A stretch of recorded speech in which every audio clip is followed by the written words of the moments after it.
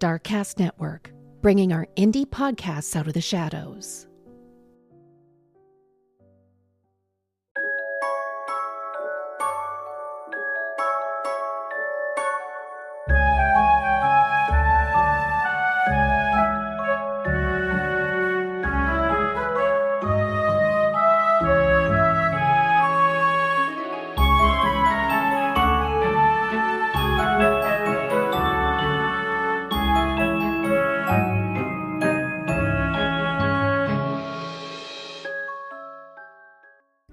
Now then, witches and beautiful souls, welcome back to another episode of the Bell Witch Podcast, a podcast that gets you witching in the 21st century.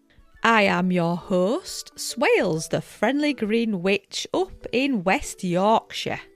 This is a very, very important moment for me because this episode is my 100th upload on the podcast feed. This is a big milestone in an independent podcaster's life because very few podcasters make it to 100 uploads. So it's fantastic and I'm just so happy that I'm still here. I'm still loving it. My guests are loving it and I'm pretty sure you are loving it, dear magical ears. The fact that you're here still listening to the Bell Witch Podcast. Oh, she's so giddy. Happy October, the witching season is upon us. We all love to get the jumpers out, cuddle up on the sofa with a nice glass of something warm and a nice little candle that smells good, and bringing in those darker nights for Samhain and Halloween, in which the season is to reset, reflect, look at the harvests, look at all the things we achieved. I am so ready for autumn season this year. September has been absolutely incredible for me this year, which as I hit the big 4-0, I had a huge party. Did you see my cake? It was a pagan cake. It had horns, pagan themed cake with pentacles and forest and mushrooms, and I was probably the weirdest customer the cake maker ever had. But she took it all in a stride, bless her, and created something truly magnificent. And then the weekend after, I went to my second festival of the unexplained as a VIP staying at the haunted Britannia Hotel. It was amazing. It was messy. I must admit, I had a bit of a blowout. I was more hungover after that than I was my actually 40th birthday, which speaks volumes. Did a lot of ghost hunting, made some new friends, including Michaela, is a lovely host and a fantastic podcast pal, Paranormal or What podcast. So I'm giving it a cheeky shout out there. Another podcast that I made friends with was Pursuit of the Paranormal podcast. Greg did a presentation all about what a poltergeist could be, which was spiffing. And yeah, it was really good. Unfortunately, it was the last one because of rising costs. It was becoming too expensive to be viable anymore, which is such a shame. Just so glad that I got to meet the people and get 2 fabulous years of celebrating the Festival of the Unexplained conference with friends and weirdos like myself. And I shall create a Patreon episode all about the haunting of this fabulous hotel. On the Saturday, I ended up going as Mothman, Mothgoth.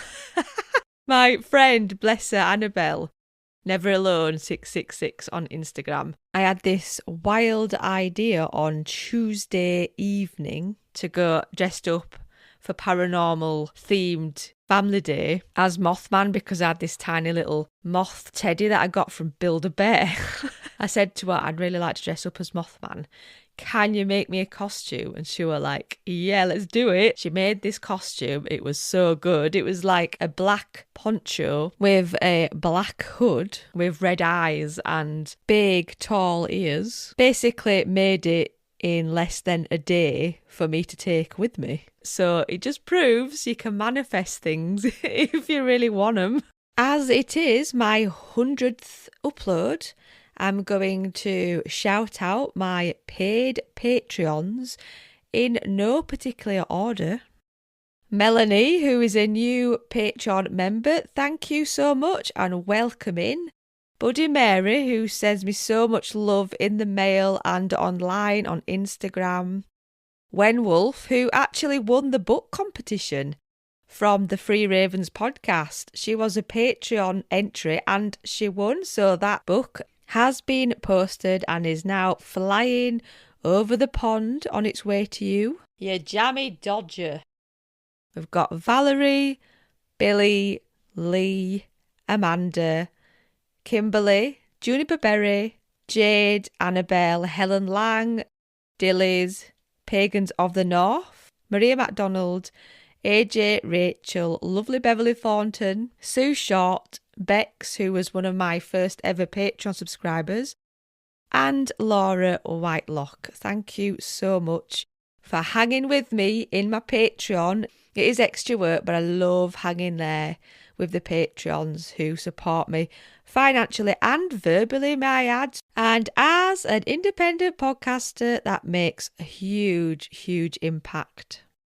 And I got this beautiful email from Abigail Bell saying how she'd discovered my podcast and it had helped her get more magical in her life and her mental health has flourished, and she's found other podcasts via the Bell Witch podcast. How grateful she is to find me. And this kind of stuff means the absolute world to me. When you receive little bits and bobs like that from listeners, it's reassuring that you're not just talking to yourself, but you're also enhancing people's experience of witchcraft and helping them flourish mentally. Just love that. I love it. It's a really nice feeling, and I honestly thank you all so much for being here with me and rating me and reviewing me and feedbacking me, if that's even a word, feedbacking, and talking to me on the Discord. Thank you so much from the bottom of my witchy heart.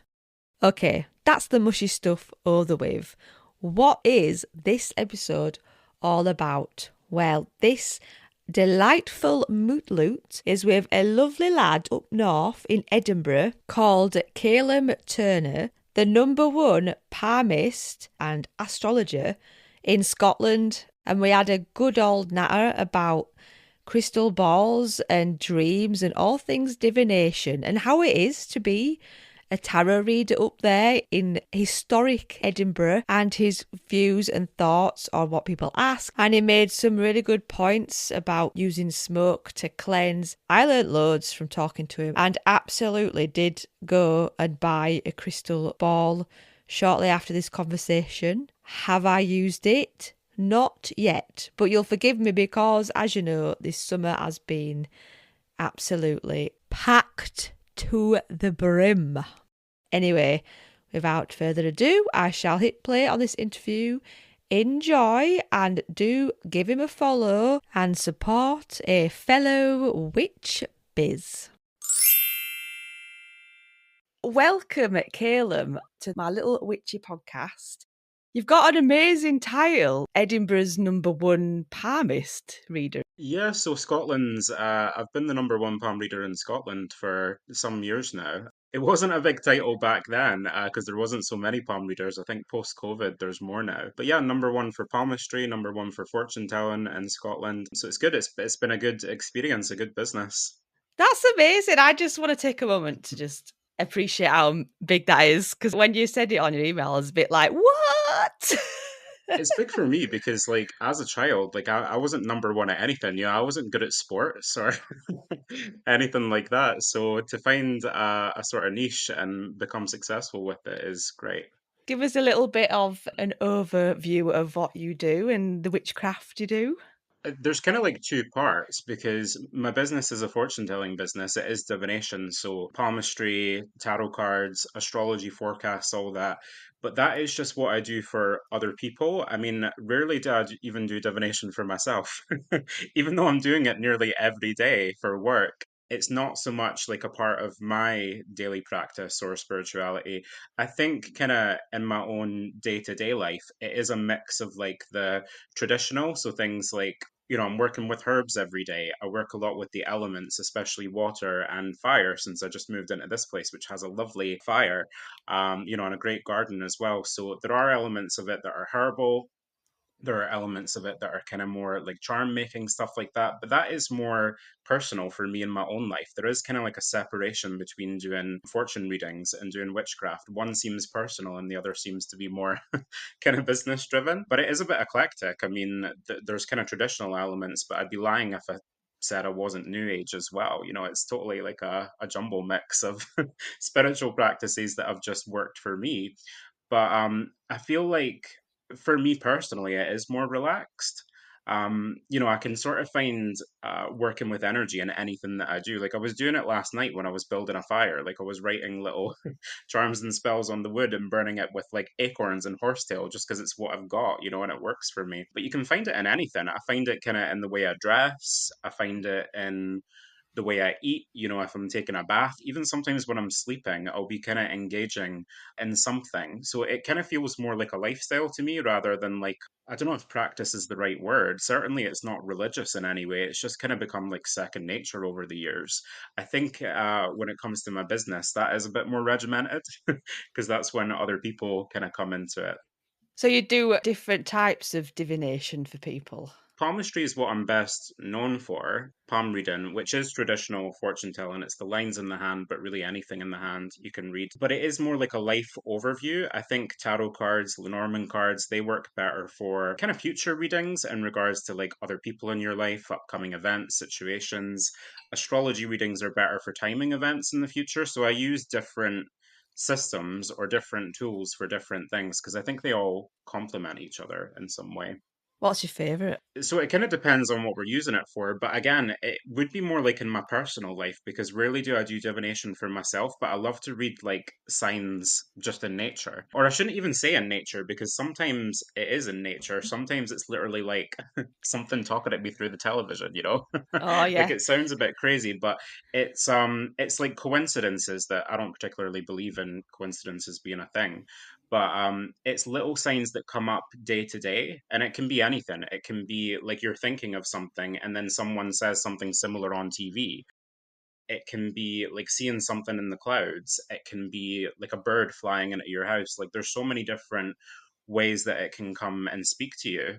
So it would just be a kind of general omen reading, I think, is my favorite because it's not something you can really control, but it's always something like really weird when it happens. And I think you can kind of make it happen if you ask for a sign, but you'd have to be totally open to how it comes to you because the universe kind of speaks in a symbolic language, same as spirit. So you have to be on your toes. I feel like that's a great one to kind of, connect with what's around you and not necessarily like study it, but yeah, get more in tune with the world. And not be so distracted. I always think this when we just give our mind space just to Totally. notice Yeah. stuff. You do see patterns, don't you? And little nudges here and there. That's what it is. It's patterns, it's synchronicities. We can call it signs or omens, but it is, in a way, kind of like a reflection, an external reflection of what you're thinking or feeling on the inside. And that can be validating. It can also give you like guidance in a predictive kind of capacity as well. Yeah. Have you always been into this then from when you were youngin'? Totally, yeah. Yeah. I Ever get that since I was feeling. wee, yeah, like I was a strange child. I would say like I was more interested in witchcraft as a child than fortune telling because I think children are kind of like living in the moment a little bit more. It's when we grow older that we become more interested in the future or the past. Kids kind of live in the moment. But I was always really drawn to whether it be like in stories like folklore or fairy tales or even religion, like I was always identifying with the antagonist. And kind of like as a child, I was sort of like othered because I was always like different in every other way from the other children. So yeah, I did kind of gravitate towards it from a young age. I think I was like 8 years old when I made my dad buy me the Witch's Bible. Oh We my were like God. in a bookstore, and he's like, "You can have what book you want." So I shoot over to like the religion section because it was my special interest, and he was kind of like an agnostic Freemason, so he wasn't gonna like stop me. Certainly, my Mhm. mum's family is very superstitious, and there's a little bit of fortune telling that trickled down there as well. So I wasn't kept from it, but I wouldn't say it was massively encouraged as a child either. I did totally find it in my own sort of way. The Witcher's Bible is such a big ass book. I know, I think it was a bit beyond me. Yeah, I'm gonna say, I've I still mean, got it. I've tried to read it many a time and it's just like, it's too hard. Totally. I probably should have started something a bit smaller, but I thought it looked great. It was big and black and had all these symbols on it, so it was very much my aesthetic. Even back then, like at 9 years old, I remember getting in trouble at school because I was wearing a Marilyn Manson t-shirt. I was sticking out for what everyone else saw as all the wrong reasons, but I totally embraced it. And I think the older I got, the more developed it became in terms of like a sort of spiritual understanding. Did you see stuff when you were a kid then? Were you quite a spooky kid? I think it was more feeling based. However, like I always felt like I could dream the future, but it was always like really useless stuff. It even happens now, but it tends to be like I'll dream something and it'll literally happen the next day, but it's something totally useless. Like I'll have a dream about someone that I haven't spoken to in 3 years, and then they'll message me like the next day. Like it's just weird stuff like that. So I kind of had a sense as a child, and I was like very emotional, Mhm. very sensitive, like probably overly sensitive, some people would say. But I think that's just being receptive to your environment. And I think divination, especially, it gives you a sort of way to channel that or make it practical in terms of using it to get into these different methods of reading. And I bet being Scottish has a lot to do with it as well, because it's quite legendary up there, isn't it? I mean, did that impact how you read and how you divine and Yeah, stuff? I mean, like we are a really superstitious country, I Yeah. would say, and it is kind of like we're sort of steeped in folklore as well. I think a lot of people think of the things that their mother and their granny and their great granny did. They think of it just as like a tradition, but it's always like steeped in folklore. I didn't even realize until recently that not everyone handsels their wallet or handsels their purse when they get it. So you're in Scotland anyway. I don't think other countries do this, but maybe they do. You're never meant to buy your own wallet or purse. You're meant to have someone, it's bad luck if you get one of your own. And when someone else buys you it, they're supposed to hansel it with a piece of silver. So these days we put like a 50 pence piece in it.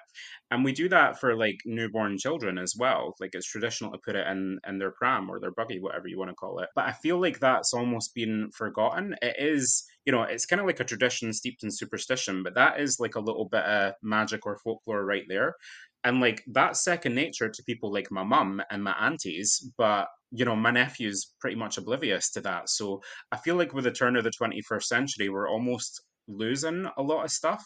A lot of younger generations just aren't interested in that. They're not interested in kind of keeping it on. And so I feel like people who are taking a spiritual path, whether they work as a fortune teller or they're practicing as a witch, the kind of that's going to survive through us, really. It's not going to survive through other people who are kind of disinterested in where it came from.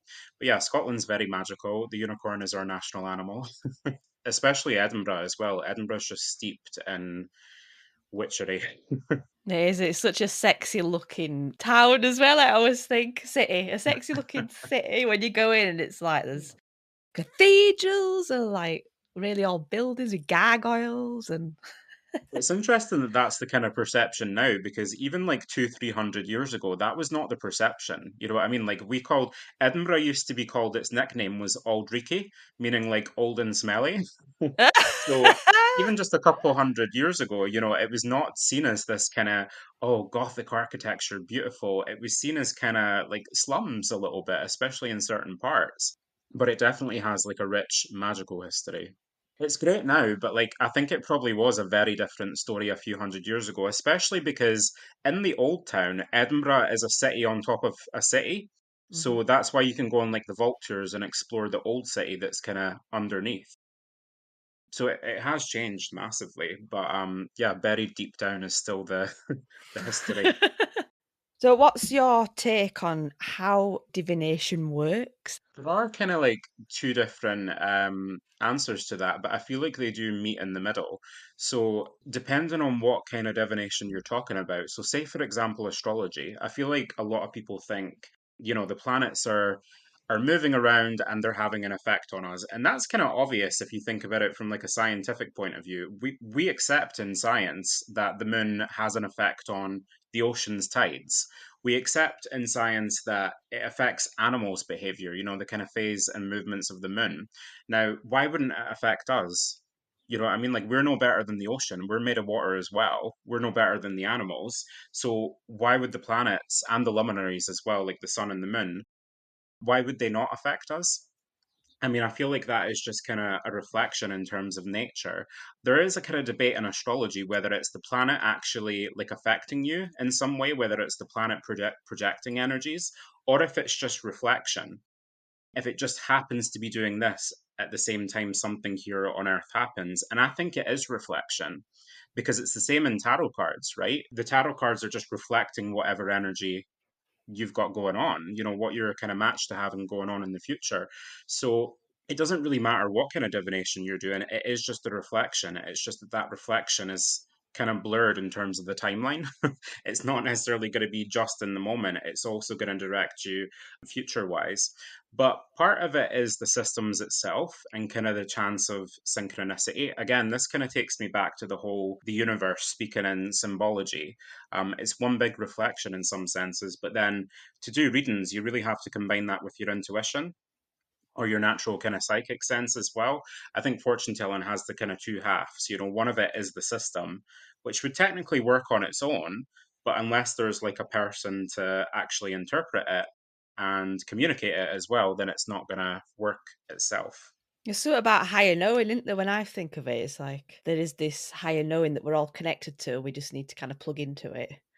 And that is kind of like a tool It's to kind of like plug being in into tune with it. nature. You know how animals can kind of Yeah. sense a lot of things, and I think we kind of rationalize it with dogs, right? We say, "Oh, it's because they've got a great sense of smell or a sense of hearing." I'm not quite sure how they sense like epileptic fits and stuff like that, but you do tend to notice that animals in general feel when something's going on. They're just more in tune with their environment, and I think, you know, as people, we can sort of even improve on that because we have kind of mastered intellect and industry and all these things that the animals haven't.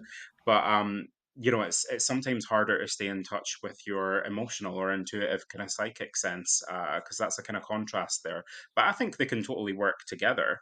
We're so complicated. Humans are just so deep and onionish. They're wild, yeah, That definitely. yeah. And when you emailed me, you mentioned we could speak specifically about a type of divination. And I quite like the idea of talking about the crystal ball because I don't know much about the crystal ball, but they are really universally recognized, aren't they, as being a bit like witching, a bit Probably woo. like the biggest symbol. It like trumps even tarot cards, It pun does. intended, with with the kind of recognition that it gets. I think probably because it is more of like a, in some senses, it's like an ancient tool, right? And it is the concept of scrying. And you can do that with anything. I mean, people used to do it like with water, you know, under the moonlight is like a really great way to do it.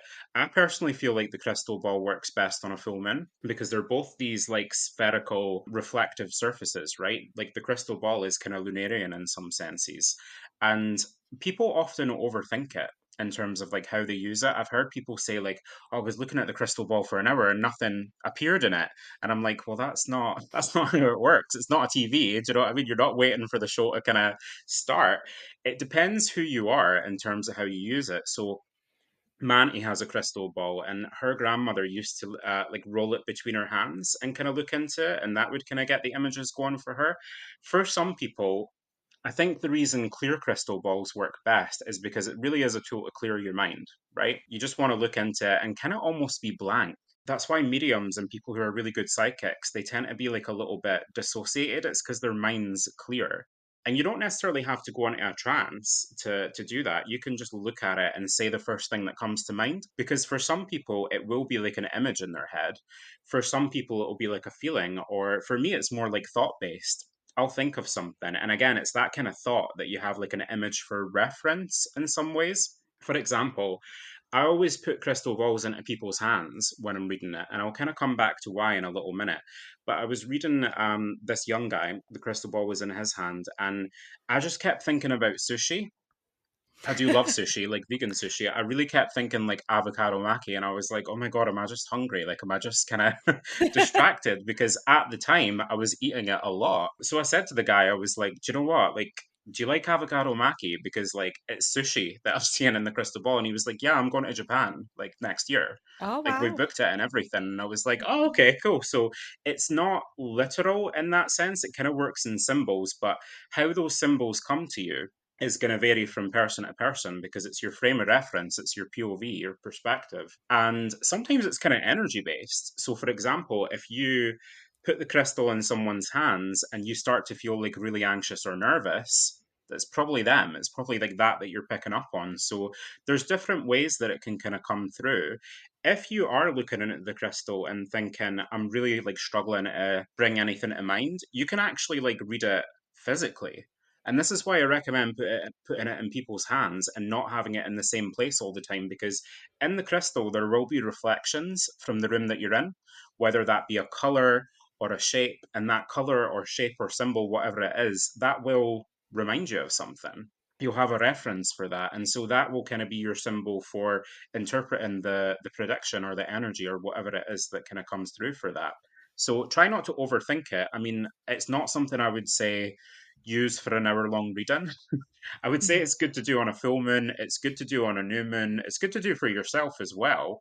Really, just for kind of exercising your psychic muscle more than anything, because I think it is like a clairvoyant form of fortune telling.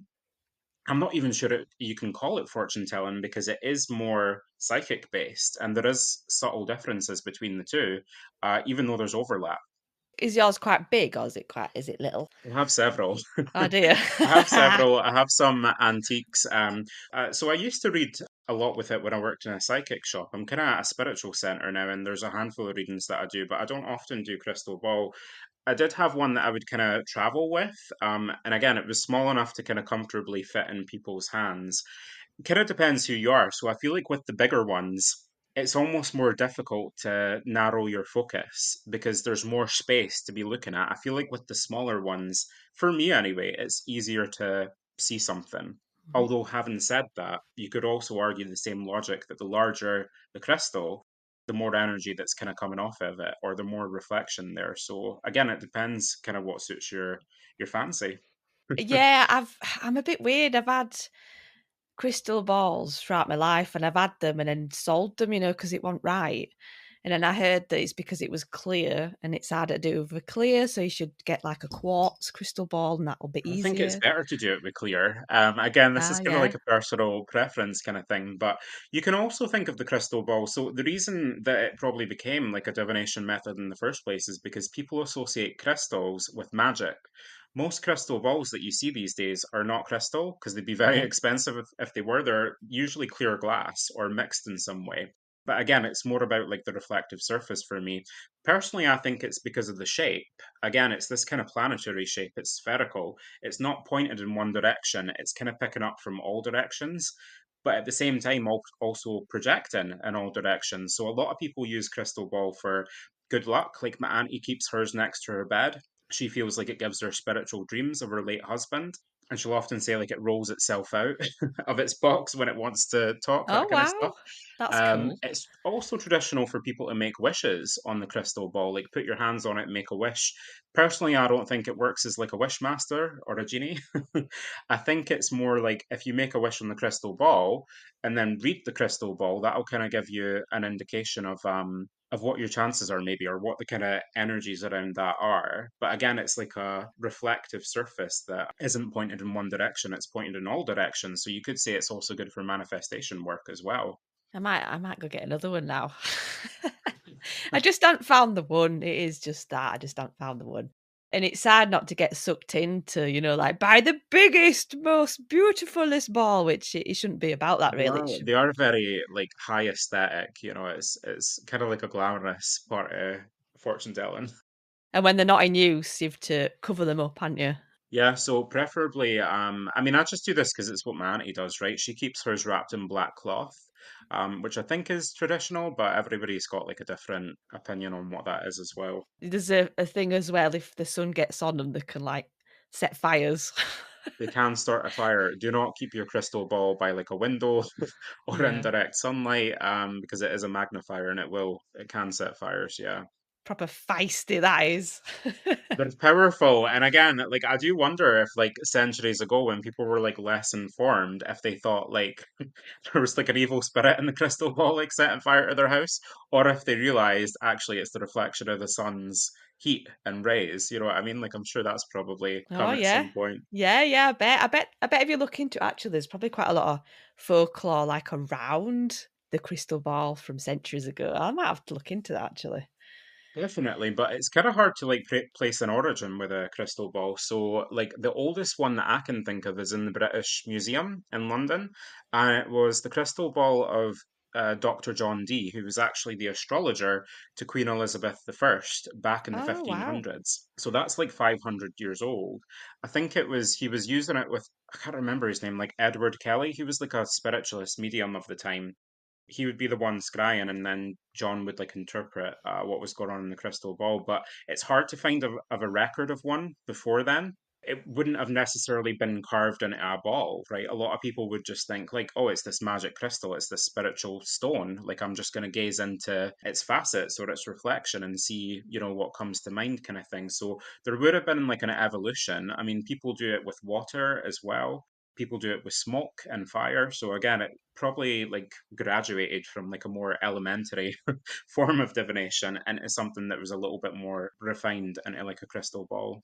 I do have a black mirror that's got curve to it, and that's quite Hmm. a good tool because it's kind of similar in it the way black mirrors work, I feel.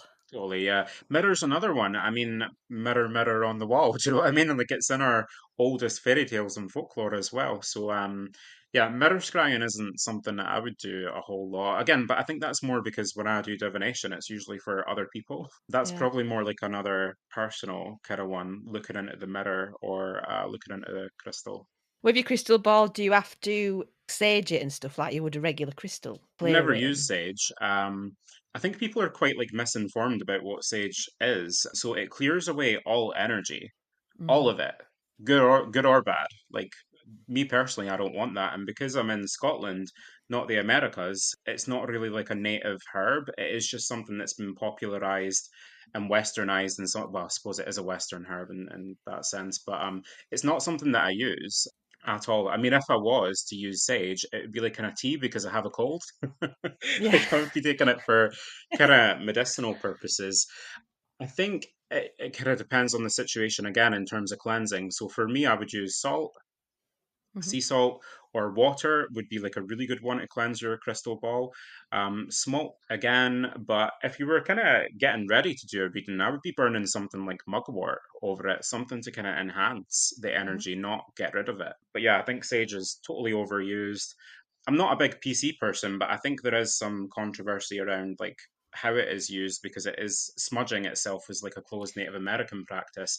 But I don't know why people focus in on that because everybody has their own native herbs. Like in That's Scotland, true. it was called saining, and we would really burn like mugwort or rosemary or just depending what it is. So I think you're better using something that's from your culture, but also your land because it can kind of help you work with the real spirits of that plant, your ancestry as well. That you've grown yourself. It's white sage, isn't it? White sage, which is from the Americas, which is Native American, which is proper dodgy because it's kind of under threat now because all those love and So light is it endangered? degrade. I'm not surprised whatsoever because every spiritual shop you go into worldwide has white sage as like a stick to burn and like Mhm, it does nothing for me. I think a lot of people also don't know this, but the reason that it clears out everything is because sage smoke is actually quite stressful for spirit, especially. So that's why it gets rid of bad spirits, it gets rid of good spirits as well. But there is also like a chemical compound in sage smoke that can trigger epilepsy. It can trigger tonic clonic seizures. So, if you've got like a shop, maybe don't be blimey. like burning it out in the open. I used to say that. I used to work at a botanica doing readings, and I would say that to the management because I studied holistic therapy for a long time as well. And they kind of said, maybe don't burn stuff like that. If you've got like Mm. hundreds of people coming in and out of, you don't know how it's going to affect them. But smoke's also bad for your lungs. I would say maybe looking at getting some sprays, something like that. It does make It sense was though. Yeah. I don't use sage that much. I have it in my Sunday dinners. But I do burn a lot of totally sage and onion stuffing. yeah, it's well nice. I do burn a lot of lavender because I love lavender. But Lavender's lovely to burn. Yeah, yeah, definitely. It's really nice mixed with rosemary. I just moved into this property like a couple months ago, but I'm lucky because in the front garden there's already like lavender and rosemary. There's roses and black tulips. I've got like a pear tree, an apple tree. I've got tatties growing in the garden. Like it's just nice. lovely. And I didn't have to plant any of it. Such witches just turn up and like, oh, look, all these herbs. Yeah. I've got a nettle in my grass and I'm trying my best to get it growing and spreading so I can have all the tea. I've got a massive one as well. Yeah, nettle tea does work for my hay fever, definitely. If somebody wanted to start using a crystal ball, then could you advise us how to begin? I'll just tell you what I like to do personally. Again, I think it has to kind of work from person to person, but I'll always keep it in someone's hands if I'm reading for them. Sometimes I'll have it in my own hands if I'm reading for me, but usually it'd be like on a stand if I'm reading for myself. And don't overthink it. Yeah, Just look at it and say the first thing that comes to mind. And to be honest, it doesn't matter if you get it wrong, right? If you go like practicing, I don't know, like archery or something, are you gonna hit the target the first time you try? No, but the only way you're going to hit the target is if you get in the habit of shooting. Do you know what I mean? Like eventually you're going to hit. yeah, But people overthink it. They tend to think like, "Oh, I've been looking at it for ages and nothing's happening." Nothing's going to happen. Do you know what I mean? Like it's already there because it's your kind of mind, and it goes back to the kind of what kind of psychic are you? What kind of fortune teller are you? Is it like feelings that you get? Are you going to be interpreting your feelings? Is it an image in your mind that's coming up and you have to interpret that? Do you actually like to look at the ball and say, oh, well, I'm seeing kind of green in the ball, you know, and green's making me think of this and that's making me think of that. And then you're kind of telling a story. For me, it's often just like random thoughts that kind of pop in, but it's because I'm in the habit every day because I work a lot of speaking my mind. Like I just say whatever comes to mind, and it's usually relevant, even if it's mhm, in like a minor way. But it's also usually like the minor ways that people are like, "What the fuck? Like, yeah, how did you know that really small, insignificant detail that I wasn't even thinking about?" Do you know what I mean? Like it's the little things that kind of give you confirmation, not always necessarily like big massive sign, big massive prediction or whatever. yeah. And it's the confidence as well to say it. I mean, I get it with Reiki when I'm Reikiing people. I get random stuff, and I'm always like, am I just making this shit up? But it's so random about stuff I just don't know anything about. I'm a little bit unconfident of saying like, oh, this thing came into my head, and 9 out of 10 times people go like, "Oh my god, yeah, that's me. I totally do that." Or yeah, I do like this food, or go there, or have a horse, or Be but good for the crystal ball then because it is very much like an energy based thing. So you are kind of sort of channeling in the same way that you're channeling Reiki energies or whatever. So that would be like an easy sort of method to apply it. But yeah, don't overthink it. A lot of people think like, is it my imagination or is it my intuition? I'm like, well, the words sound similar and they're very connected. Do you know what I mean? It's all in your head anyway. Like, yeah, that's just true. say it. No, I might actually start trying again. I did kind of start and stop. Just life in like it It does. depends kind of what you want out of it. Again, I feel like where it's something like crystal ball reading or even like dream reading, right? They're kind of very connected. You kind of think of them in the same way because dreams are kind of fleeting. They're these fleeting moments, ideas, images, and again, they're symbolic, so you have to interpret them. Same with like tea leaf reading. These are all kind of like connected forms of divination that me personally, I feel like they work best on a personal level. Like I read tea leaves for my time myself all the time, but it is accidental, right? I will just be making myself a cup of tea and I'll be like, all right, so there's three symbols there. Like, what are they? What's the story with that this time, you know? Like it happened yesterday. I can't even remember what was in the cup. It was like a mushroom, a fish, a couple other things, you know, but you kind of have to interpret them. And this is where like a knowledge of symbolism is good for any kind of divination. I think it is being lost a wee bit because tarot cards, astrology charts, they're very defined in their symbolism, and it's very like it is astrological symbolism and occult symbolism, but it is kind of like very insular to those systems. when it comes to other things like crystal ball, tea leaves, dream reading, it is more like folk symbolism. And so it's more open to interpretation from like your background, but also like your own personal associations with it. Gosh, you do everything. Try tea leaves as well. Yeah, try tea leaves. If you want to get in a crystal ball, start with tea leaves and start with dreams because that all really, I feel like that's an easier kind of gateway. My dreams are wild though. My dreams are just so Same. random and not like, how can I even, what does that even mean? Too Can't, weird to interpret. Yeah, you're like, I yeah. just wanted to rest, I just wanted to get a good night's sleep. It's quite sort of filmy. Mine is if I'm watching a film. It's not from my perspective, it's watching me in a film. I get that quite a lot. Yeah. You could also like train that. So, like for example, I think I mentioned it earlier. Sometimes I just want a good night's sleep, right? And so like I'll put things in my pillow. I'll put some lavender there. I'll put like a selenite crystal, and I'll go in with the intention of like, okay, I'm gonna have like a deep sleep tonight. I'm gonna have a relaxing sleep. But very often, and it kind of connects to like ideas of manifesting as well. Whatever you're kind of focusing on it intention wise. And most people don't, right? Most people are just tired at the end of the day. They just put their head on the pillow and kind of clonk out, and there's no intention there whatsoever. But you are kind of accessing your subconscious during that time. So if you can make it work for you in terms of thinking about the things you want to create going forward in your future, or if you just want a message, things like that. I mean, I've even had like dead relatives come through in dreams before, like not intentionally necessarily, but it's cool what you can do with dreams. My brother used to be really good at like astral traveling through his dreams. I'm not. I cannot control it while I'm actually asleep. It has to be like before I get to that state of unconscious that I kind of go in with a certain intention. So again, another thing to explore. Go to bed and be like, nothing tonight, please. I just want to sleep.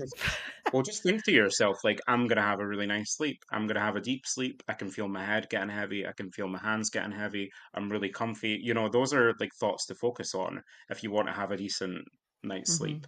And again, I feel like charms can help you with that. You can drink a certain kind of tea. You can take a certain object or whatever it is into your bed. Just depends, whatever you want to do. Yeah, I do have rose quartz by my bed. What else do I have? And some shungite hung up over me. And a lot of hagstones as well. A lot of them Nice, around. yeah. When I go to bed, I'm like, I'm so excited that I'm going to go to bed and sleep.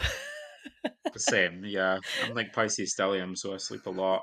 But I'm the same as you. My dreams are like really weird and kind of vivid, but I also feel like I can't control them. I'm also like slightly deluded when I'm asleep because like I just fully run with it. Like I Mm. just fully believe whatever's happening as if it's like reality and like it could be Yeah. things that are like wildly different from what I know as my current or previous reality. Yeah, when you wake up and you sit there going like, did that happen? Am I still married? I get I that a once lot. had a dream, right? See, in my younger years, when I was a teenager, I used to work in Lidl, like the supermarket, and I worked there for 2.5 years. And I swear to God, the worst dream I've ever had was an entire shift. I dreamt of a shift, and it was an awful shift, and it was like a really long one as well. And it's one of the longest, most vivid dreams that I've ever had. I'm like, how's that helpful? But again, you kind of have to reflect on like what's that telling you because it's not from the future, it's from the past, and so it's like unresolved feelings of hate is what I got from it. Yeah. That I had to kind of work through and like let that go and stop like feeling jaded. That I wasted like 2.5 years of my life there because I was literally being brought back there for an entire night. Like it feels like it was the longest dream that I've ever had. That's balmy, isn't it? Yeah. I I always dream about my house growing up, actually, my childhood house. I dream of it often crumbling or like flooding or like no windows. Every time I'm there, the windows have gone. I don't know what that means. There's That's cracks in definitely like, this I mean, I'm not big into dream ceiling. interpretation, but that's definitely like unresolved emotional stuff, especially when it's Definitely. water, right? Tarot readers will know and astrologers will know. Like, water is always symbolic of emotion in some way. And so when something's flooding or Yeah. when something's crumbling, All the time. It's so interesting. I love dreams. I could talk about them forever. They're just so interesting. And it kind of ties in with what we're talking about, like dividing a little bit. definitely. And I think most people find their gateway to divination through, I keep saying tarot cards and astrology, right? It is just because they're the two most popular forms of divination. But like, 200 years ago and throughout most of history, it would have been people's dreams.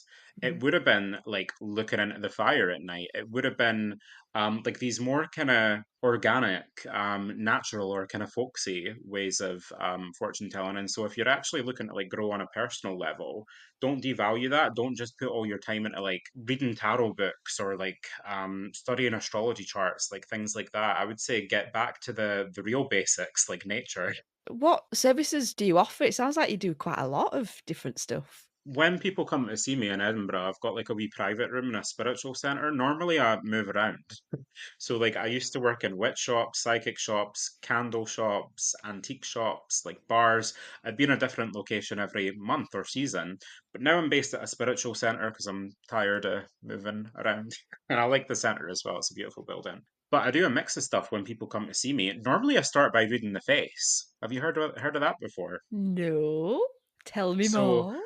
like, I don't know if you feel this way, but I feel like people look like their personality, like face wise. Yeah, You I know, know, if yeah. someone Yeah. look, and people do this all the time, you do it as a child, like quite honestly. You know, you'll say like, "Oh, they've got shifty eyes," or "They've got like a kind smile." You know, I mean, it's like things like that. It's kind of like getting an idea of like, is this person introverted, extroverted?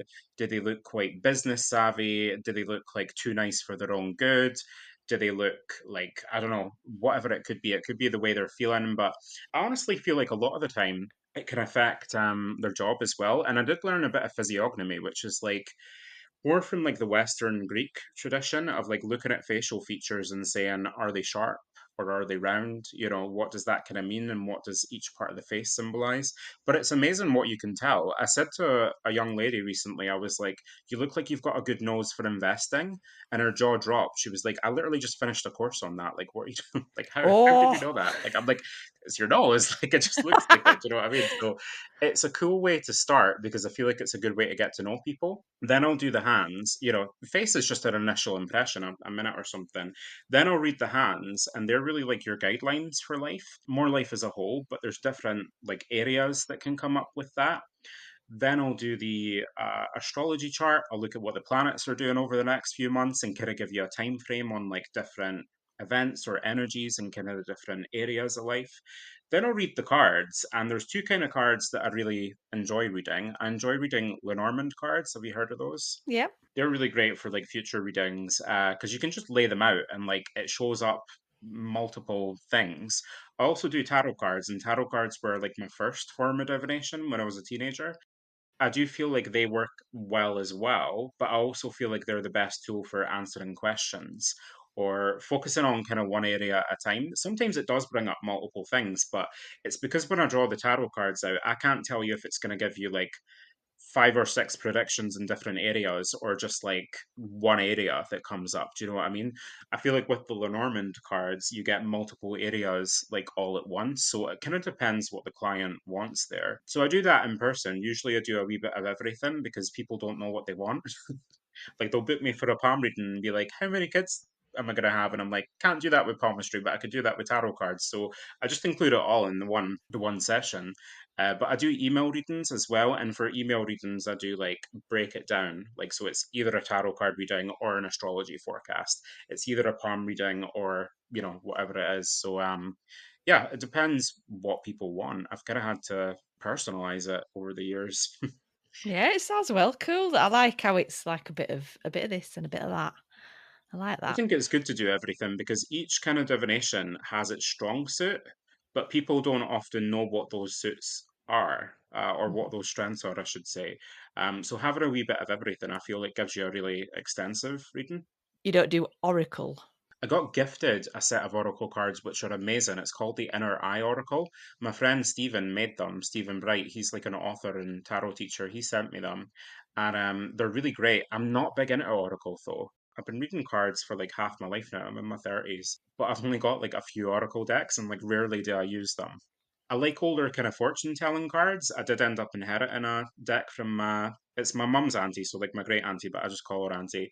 It was her grandmother's cards, and they were traditional fortune telling cards. So like playing cards with predictions like printed on them. They're really cool, but they're really brutal. I bet So, you. and they're really fragile as well. They're like over a century old now. I've got them in a wee antique Whoa. box. So I don't use them very often. I do tend to, for other people, I tend to stick to tarot cards or Lenormand cards, but sometimes I do like giveaways for my newsletter subscribers. So sometimes I'll like dive into like different kind of readings and just do a few freebies. So like recently I did a crystal reading, but not crystal ball. It's like a bag of tumblestones that I have, and I'll choose a crystal for you and kind of tell you what that means for the future. Because I felt like I've met so many people who collect these tumblestones and they're like, oh, I don't know what to do with them. I'm like, well, you Mhm. could read them. Yeah. You can read the future with them if you want. So sometimes I dive into like different kinds of card reading through that as well. But yeah, I tend to stick to my main like 4 or 5 different systems that give me the most information that can be done quickest or Yeah. easiest. It's called psychometry, isn't it, when you use objects to read from? Is it Yeah, psychometry? so psychometry would be Yeah. it's kind of a psychic reading in a way because it'd be like, give me your keys, or give me Yeah. some jewelry, like give me a phone or a photograph or something like that. I feel like psychometry is one that's kind of forgotten about, It is, but a yeah. lot of psychic mediums do it. I don't really do mediumship. I'm not so much of a spiritualist. It has happened during readings, but it's not my goal. My goal is mainly like future reading, fortune telling, kind of like traditional forms of divination. That would be kind of like a very old school elemental, kind of connecting one. It's more of a psychic form. For me, I don't like to speak for people who didn't ask to be spoken for. And I know I can hear other mediums being like, but they ask so hard, right? It's a little bit unprovable in that sense. It's even like when people come to me, right? Like I get a lot of younger people come to me and they'll say, "Oh, what does this guy think of me?" Use the tarot cards, and I'll just tell them like I'm not a mind reader. And they're like, "Oh, can you not see that with the tarot cards?" And I'm like, "Yeah, I probably could, but like you could also just ask them." Like I feel like in the age of technology, especially with younger people, like people have forgotten how to communicate. Do you know what I mean? If you want to know someone's feelings on you, ask them. Don't ask a tarot reader who's got nothing to do with the situation. Like we're here to kind of guide you on your future. I'll tell you if you're gonna, marry them or not, but I'm not really Yeah. here to speak for someone that doesn't want to be spoken for, especially because feelings are kind of fluidic. People aren't always comfortable with their kind of inner thoughts, being speculated on, especially by strangers.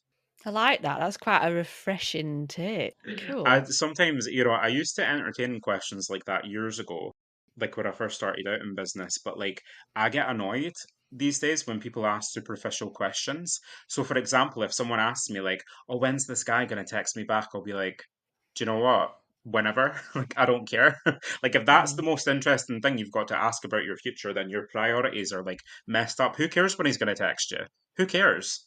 Like how is that like important or relevant? Like I can understand, like, especially in like the romance realm, like people, especially younger people, they're excited, but like I do see divination still, even as a business, it is something that's sacred.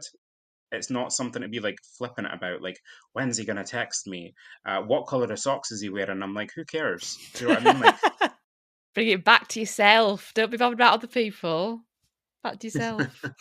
yeah, let's talk about your future. And I turn some clients away as well. I've done it several times recently where people who are brokenhearted like reach out and they say the only reason I want to come for a reading is to know if my ex is going to get back with me. And like Mm. I will say no in those situations because I'll say, first of all, 99% of the time the answer is no. And then usually the 1% where you do get back together, it's not a good situation anyway. So take your time to like get over that, and then you can come to me and we'll talk about your future. But I'm not here to like resurrect your past or kind of hold your hand through grieving, whether it be a lost loved one or a relationship or whatever. That's like a kind of healing journey, and I'm not a healer. Yeah. I'm a fortune teller. Yeah, no, totally. And I think 9 times out of 10, people know the answer to that. They do. They're just Yeah, looking for yeah. reassurance that it's not going to be that way. And there will be a lot of readers out there as well who'll just capitalize on that, right? Some of them will take your money just to tell you what's obvious, but then there's also that leaves a lot of room for like scammers who are like, oh yeah, they will come back to you, and if you do this, and I can help you with that for X amount of money, and I just think, nah. Nah, definitely not. That's fabulous. Love it. I know you mentioned that you use a tarot. What deck is it that you use? I use just your standard like Rider-Waite Smith, but it's because that's the deck that I teach with. So I teach tarot, palmistry, divination, whatever astrology. I've got like an ebook, it's called Tarot Divination, and I teach with the Rider-Waite Smith system. It is probably my favorite, but that's only because I feel like people respond to the images quite Mm, well. Like mm, it's very clear and set in what it looks like, and it's amazing like the amount of times people will literally see themselves. Like I'll say something and they'll be like, yeah, that's relevant to the situation, but also like there's my cat in the Queen of Wands. Do you know what I mean? Like I've got a black cat. Like it'll be something like that that they kind of pick up on. So again, it's that whole reflection thing mm. that can be symbolic but also literal as well. So I like to use Rider-Waite Smith for tarot. I like to teach with it. But I mean, I've used all kinds of cards forever. I feel like it's good for like structured predictions as well. Say, for example, you got like the Thoth deck. I feel like that is good for energy based readings. Kind of depends what you want again. God, it's so complicated though, isn't it? The froth Mm. deck, it's massive.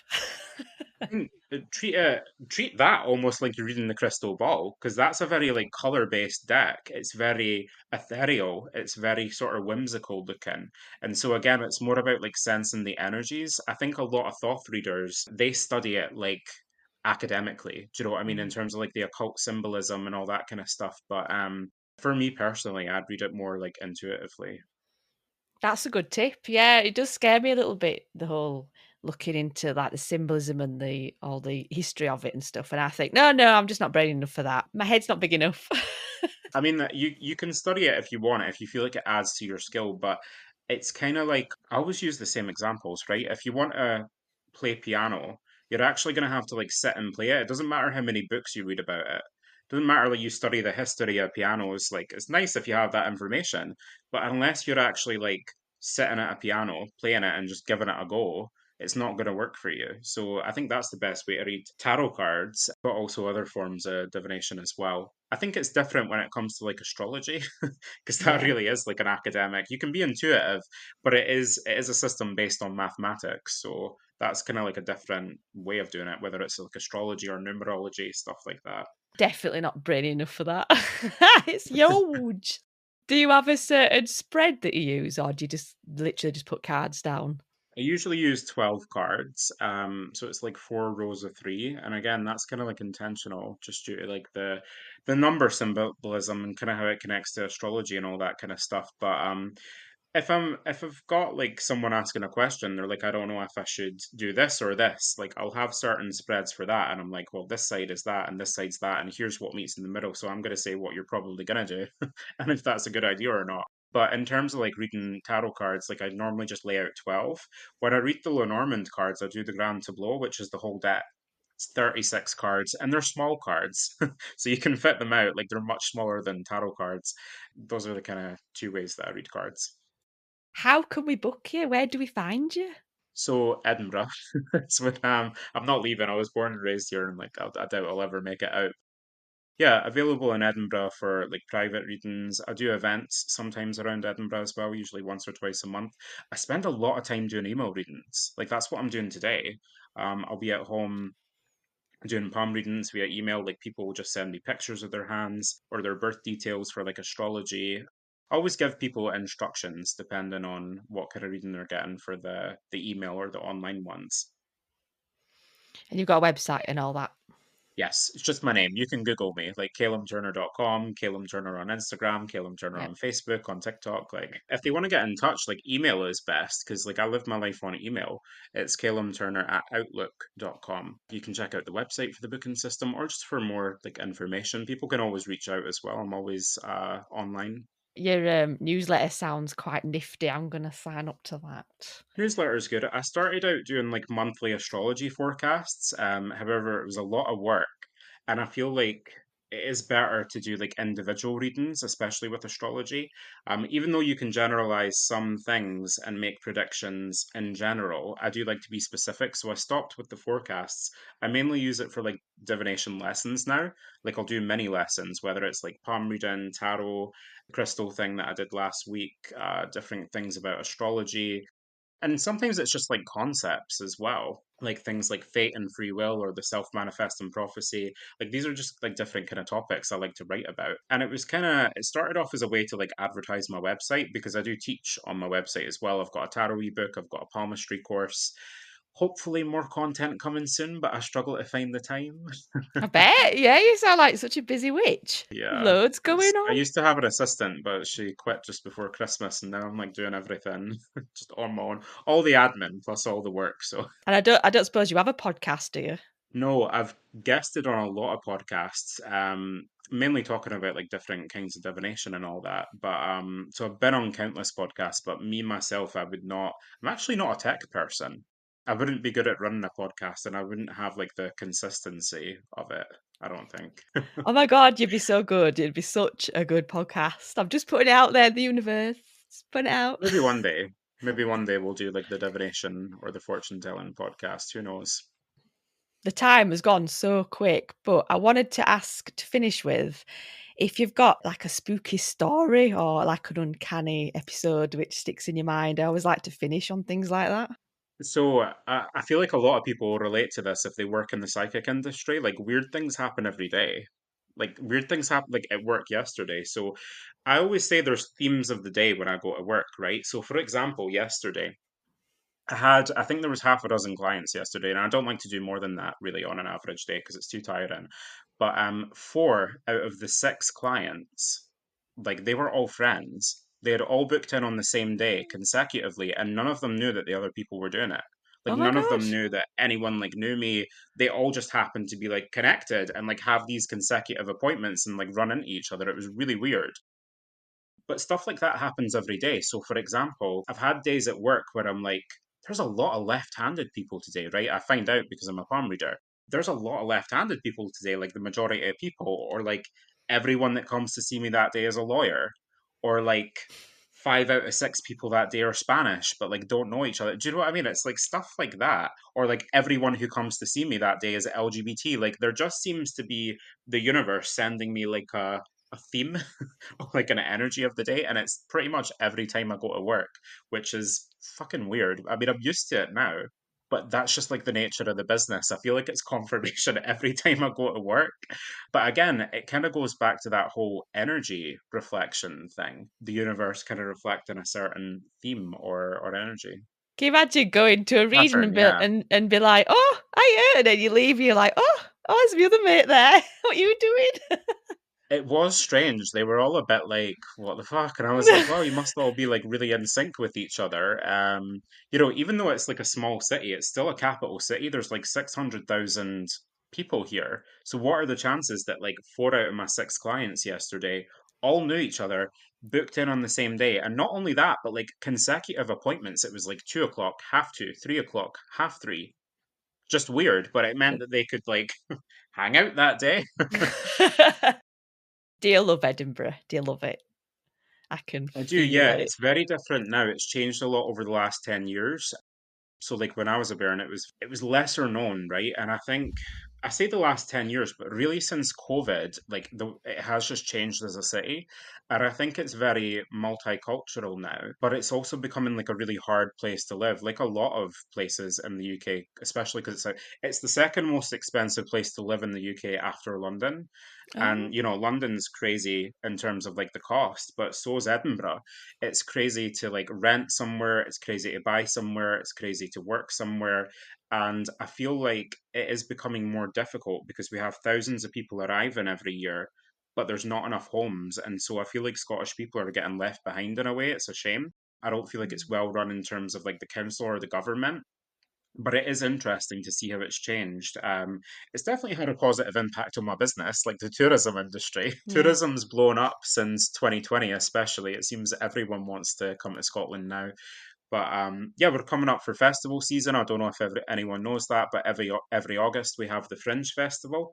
It's the world's largest art festival, and it's been going on for like 70 years. Again, we struggle to cope with the numbers, but Yeah. it does mean that there's interesting stuff going on. I do love the city. I love the architecture. Yeah, I love the kind of witchy undertones and history. It is just tricky to live in these days. I Yeah. actually live in the countryside, like just outside of the city, but it's like a 20-minute bus to the city. So it's like, it's still the Edinburgh postcode. Well, you'll be there doing stuff at the Fringe, or do you not get involved? I tend to just up my days at work to meet with the Yeah. demand. Sometimes I do events and stuff like that. Yeah, no, I don't do a lot of like fringe-based events or anything like that. It is just more, I'm trying to cope with business and the numbers. It's a little tricky to tell this year because I think there's a lot of stuff going on in my building. I should be talking to them today about it actually. There's a lot of events going on in this. It's a 6-story building that I work in. It's called the Arthur Conan Doyle Centre.